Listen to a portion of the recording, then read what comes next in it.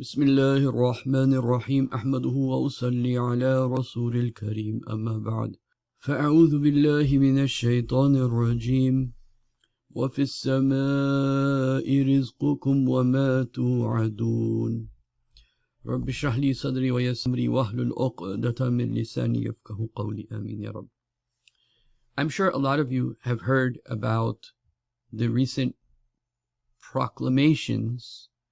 declarations in Israel and in the Orthodox communities, for example, in New York, in the United States, that the Messiah has come. Now, what does this mean, and how do we analyze this, and what does it mean for us, and what does it mean for them? But let's first take a look at this video. Jews are claiming this man to be their Messiah.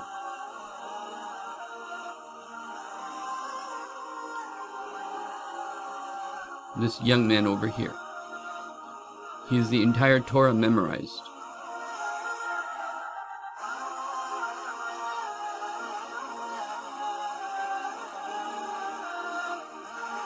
Over here, he's circumcising a baby here.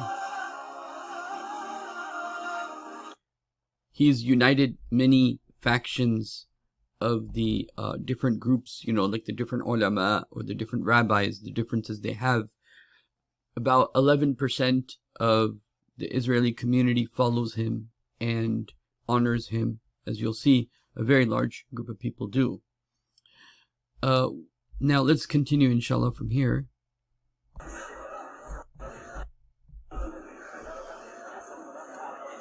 So this young man that's talking to this old man.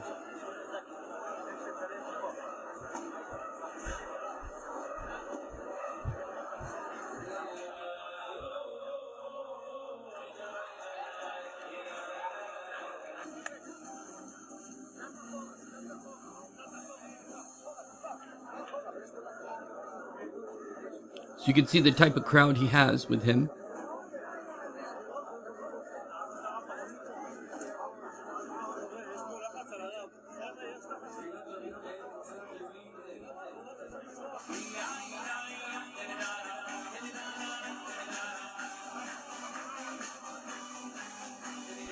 People kissing his hands.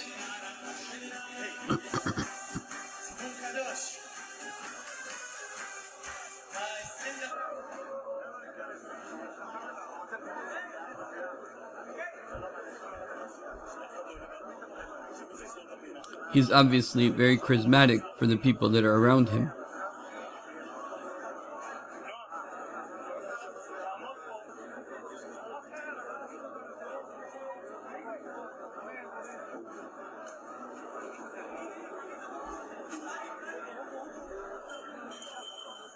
We'll come to the miracles that he's performed. He's apparently performed 5 miracles.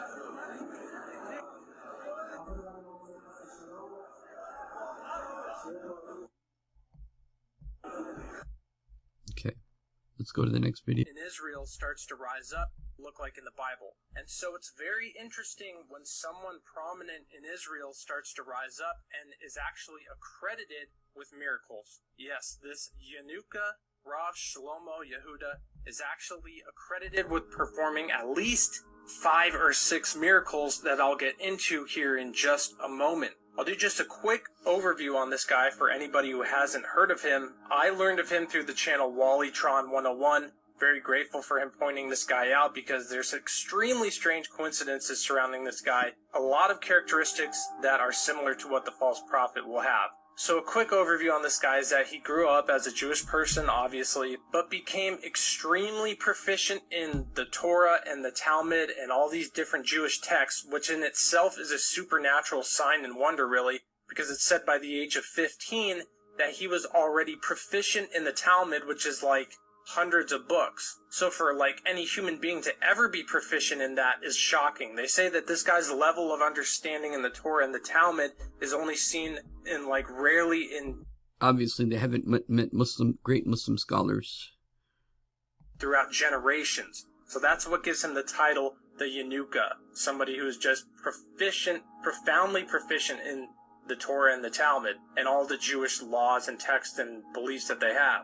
And through his understanding, he's gaining a lot of prominence in Israel. Many of the high-level Jewish rabbis and Jewish people are just in awe and going to him for their wisdom and knowledge. This just reminds me of his understanding of the Torah, and all this just reminds me of the reference of Jesus in the Bible, and how there was multiple times when Jesus would be teaching and these people were saying, how does this guy know these things? He isn't even like a scholar. Just an interesting characteristic there. An interesting quote on this YouTube channel about him, the Yenuka Rav Shlomo Yehuda. I believe it's ran by just somebody else who's just in awe of this guy, has a quote from a Jewish person in the video talking about him, and this is just the mindset that they're viewing him as. It says, he is a unique and special soul that has descended into the world to illuminate the world. Extremely interesting wordage. There's another very Remember this word, descended down.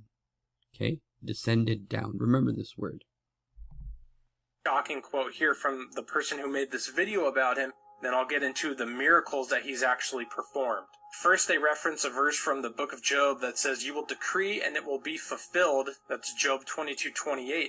And then the person who made the video, listen to the quote they say about him. Many have experienced salvation through his blessing and in the power of his Torah, and witnessed miracles transcending the forces of nature.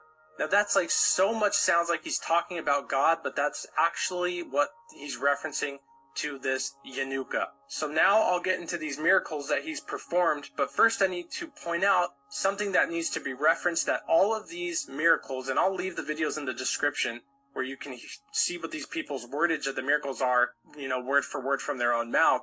Every single one of these people who talk about the miracle that happened to them, not a single one mentioned God.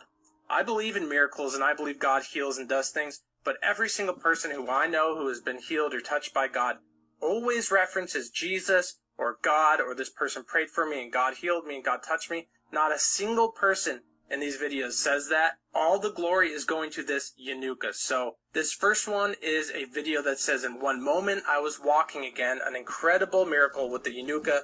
This guy was sick. He was in a wheelchair. He was getting these transfusions. It was making him extremely sick. And the Yenuka, he went to him. The guy came down the stairs and came to him, and then now here he is, completely fine, not having to go to the doctor or anything else anymore. And the miracles that are attributed to the Yenuka is, one guy met with the Yenuka. The Yenuka said that he would meet his soulmate that day, and that very day he met the person who he married. There's another guy who had malignant tumors, and the tumors disappeared after having a conversation, and the Yenuka just said that they would be gone, and they were gone. Another guy was released from prison before the Sabbath, and his wordage for this was that it was not of this world, altering the laws of nature. It happened just as the Rav said. And there was one more guy in this video who referenced that he was about to go into surgery. He had to go. It was the day before surgery that he was going in. He met with the Yenuka, and then Yenuka said he'd be healed, and he was healed. So pretty shocking to hear. And again, I just have to point out that not a single reference to God was working through him, God healed me through him. Not a single ounce of the glory for these miracles was given to God. So you're getting the idea. Very popular, people making very extraordinary claims. And I have a lot to say about this. Number one, a lot of people are going to claim a lot of things in the coming times. A lot of people who are working with the jinn, a lot of people that are, working with the jinn, they're going to be able to perform miracles. This is going to happen. When magic and technology, the way it comes together, they're going to be able to perform and do a lot of things. Okay, but before I give you my analysis, let's watch this one other video. And hopefully we'll look at the world that has come for this young man who's considered the Messiah now in Israel. So what's the lesson for us? Number one, the main lesson here is it's not important if he's Dajjal or not. The bigger lesson here is that while the Jewish community is talking about the end times, and the Christian community is talking about the end times, how many khutbahs or how many discussions have Muslims heard of the end times? The reason we're not talking about the end times is because we've become so enamored with dunya, so enamored with our life in this world that we are failing to see, like those who see that don't hold so much importance to this world. They see the problems with AI. Muslims don't see a problem with AI. They see the problems with the way the world is headed into a dead end. But the Muslims think that we're headed into progress. Muslims have stopped talking about Dajjal and the Dajjalic system. Forget about talking about Dajjal. We're not even talking about the Pharaonic system. We're not even talking about the fact that we're colonized. We think we're free because we've come to the Western countries, or somehow because cable TV of some sort has reached our houses. We think we're free. We think we have liberty. And so, while the Jewish community is willing to sacrifice for their religion and their cause more than the Muslims, and the Christians are willing to sacrifice more for their religion, and you see how the Jewish people respect their ulama, the Muslims see their ulama as backwards. And sometimes it's true, but many times it's not. Not if you're looking. Not if you are looking. And the one that you considered backward may be closer to Allah subhanahu wa ta'ala than you. The one that I looked at and you looked at as, oh, this scholar is backward, maybe Allah loves him more than me and you. And so I want to share with you a verse of the Quran before I end with a final video, to discuss with you a very important and interesting point. And that is that Allah subhanahu wa ta'ala says in the Quran, Allah subhanahu wa ta'ala says in the Quran, وَفِي السَّمَاءِ رِزْقُكُمْ وَمَا تُوعَدُونَ. Whatever is your rizq is in the heavens. Your rizq is in the heavens, and whatever you have been promised comes from the heavens. How does my rizq and your rizq come from the heavens? Of course, one meaning is that, what is rizq first of all? Rizq is everything that we get, our providence, even the good thoughts we get, the clothes we have, the health we have, the language we have, the qualities we have, the food that we have, the salaries we have, the providence we have, the ni'mas we have.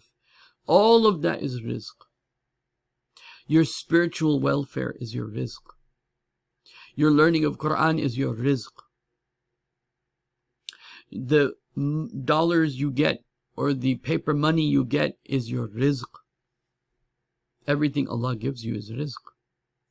And Allah subhanahu wa ta'ala says, وَفِي السَّمَاءِ رِزْقُكُمْ, and in the heavens is your rizq.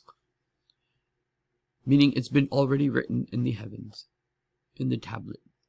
But also, that your rizq comes in terms of what you want from Allah comes from this sky. Why?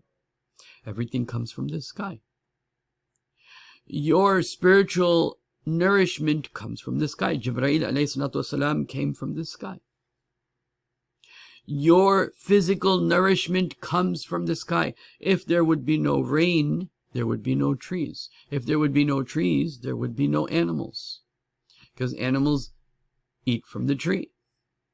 And then those animals that eat from the animals eat those animals that eat from the tree. If there was no water, there would be nothing. And so all your providence, spiritual and physical, comes from this sky.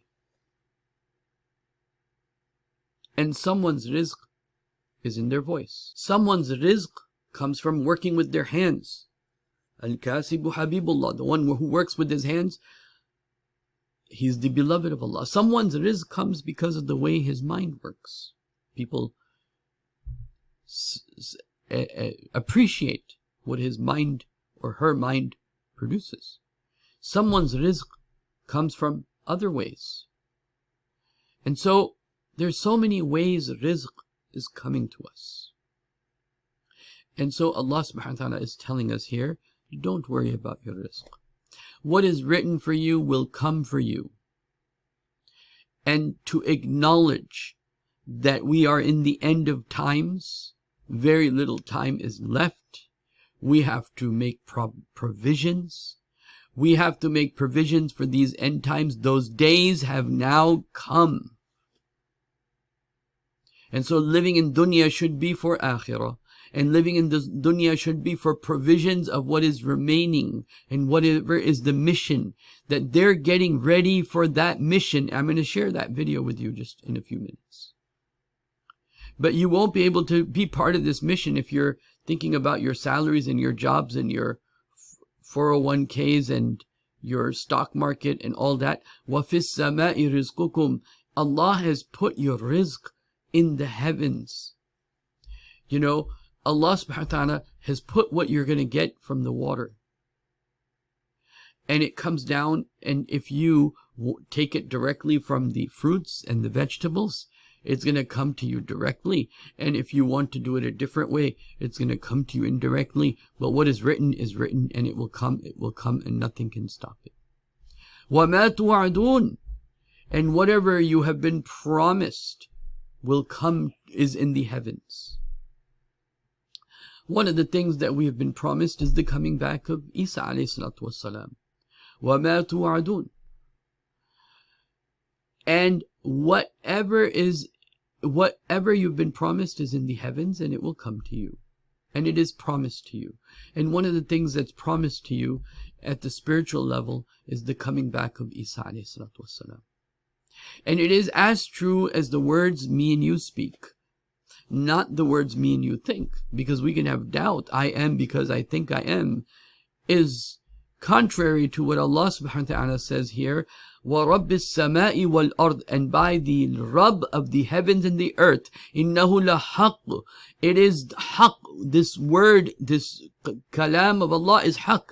مِثْلَ مَا أَنْتُمْ تَنْتِقُونَ. Just like you speak, and just like you have logic and you speak coherently and it can be understood, just as that is true, whatever is in the sky and whatever you've been promised from the heavens, it will come to pass, just as truly.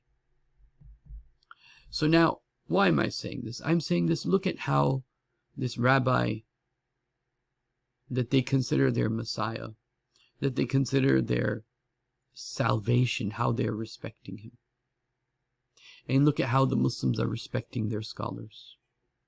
And look at how these people are willing to do what these people are willing to sacrifice and accept. They accept, the Christians or the Jews, some of them accept that we're in the end of times. But yet Muslims don't want to talk about end of times. They want this dunya to extend and extend and extend and continue.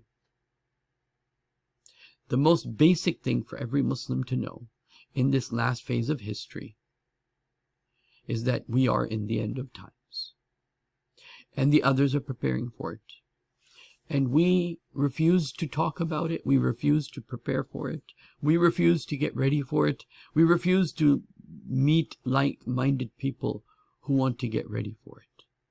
We refuse to finish reading the Quran. We refuse to read Quran every day. But let me tell you something about this. There are Jews who know the truth because they studied their Torah, or they studied their Bible, the Christians. They know the truth and they know the signs of the true Messiah. But over here is also a challenge, as I will share with you. Now watch this video. Or have Jews found the Messiah? I know what you're talking about because I've also seen these videos because a bunch of people like to tag me in them. Orthodox Jews believe in the concept of Messiah, or we say Mashiach. And no, we do not believe that he has come yet. There is very strict criteria of what will happen to change the world when he arrives, and it is going to be blatantly obvious for everybody. There will be not a question of a doubt, between any Jews or non-Jews. Everybody will know when his arrival has come. Some of these changes will be world peace. There will also be a resurrection of the dead. So people that are no longer with us will come back to life. And we also believe that the third temple will be built. This is very important. The Jews have yet to build the third temple, and that means an all-out war with the Muslim world.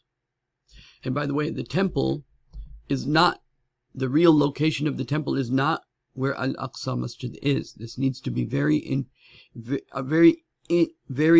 clearly understood by Muslims. And even Muslims have propagated this, because the Jews, they pointed to Al-Aqsa and said, this is where our Haykal Sulaymani was. And the Muslims said, yeah, probably this was. No, it was not. Allah said, وَدَمَّرْنَاهُ تَدْمِيرًا. We destroyed every brick of it. It's also in the Bible. Every brick of it was destroyed. Josephus, the historian, when he went and looked at the city, he said there was not a single brick left. Where do you think they get the Wailing Wall from? That's from the fort and the fortress of the Romans that were ruling there at that time. It is not part of Haykal Sulaymani.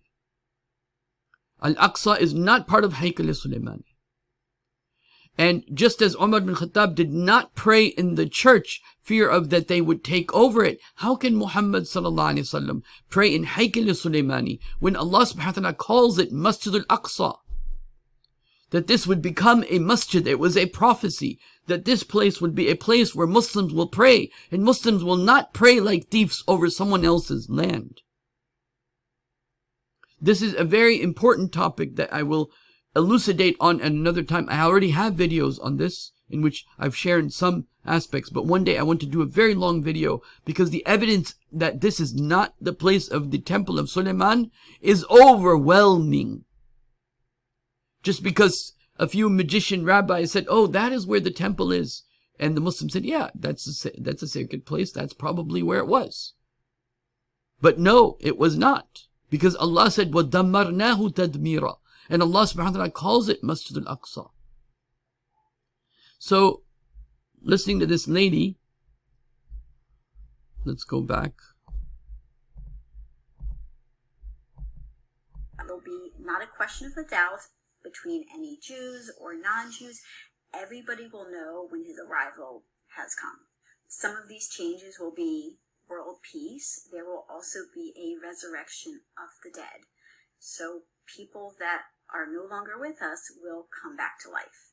And we also believe that the third temple will be built by God, not man, and it will descend from the heavens. Okay. So now, the one who has written your rizq in this sky, the one who brings down the rain, the one who gives you rizq, we need to turn to him and pray to him and come to the realization that me and you live in a world where we can die in a split second from an atomic explosion, from a nuclear explosion. Me and you live in a time that this settle in. And one of the reasons people want the Messiah so bad, whether they be Christian, Muslims, Jews, or others, people want salvation so bad because they know that we messed up in the world. We've ruined everything. This is not sustainable what we have. The way the world is going with its level of depression and divorce rates and suicide rates and rape rates and all other types of rates, that while we have more technology and everything is faster, we've actually become less and less human beings. And we're dying at a collective level for someone to come and save us. And someone false will come and try to save us. So it's very important that Muslims make peace. It's like an old man. He has to make peace with the fact that I can die anytime.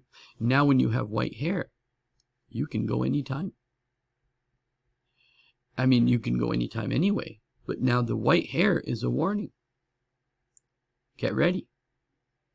The white hair, in terms of alamatus sa'a, have appeared on earth. The earth is now very old. The earth is very old. Is very tired. The resources have been usurped. The oil is gone, the minerals are gone, everything is gone. The earth is very tired. It's like an old man that cannot walk too much longer before it finally shakes and comes to its end.